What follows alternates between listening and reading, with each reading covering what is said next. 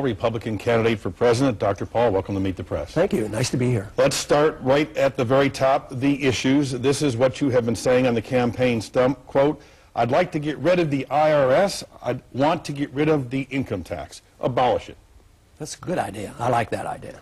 What would happen to all those lost revenues? How would we fund our government? We have to cut spending. You can't get rid of the income tax if you don't get rid of some spending. But you know, if you got rid of the income tax today, you'd have about as much revenues as we had 10 years ago. And the size of government wasn't all that bad 10 years ago.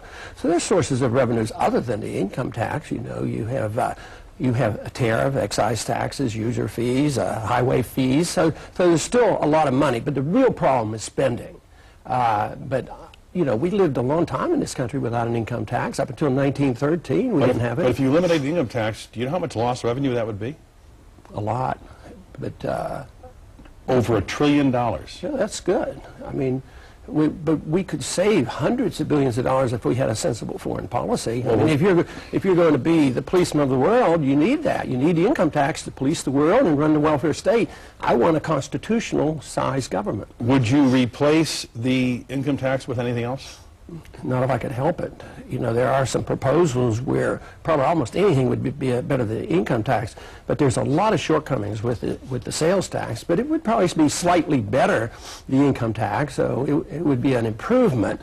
But the goal is to cut the spending, get back to a sensible-sized government. But if you had a flat tax, a 30% consumption tax, that would be very, very punishing to the poor and middle class. Well, I know. That's why I don't want it. So you'd have nothing.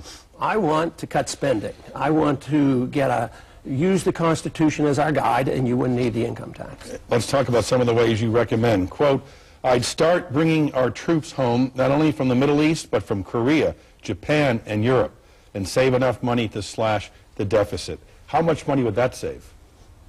To operate our total foreign policy, when you add up everything, there's been a good study on this, it's nearly $1 trillion a year.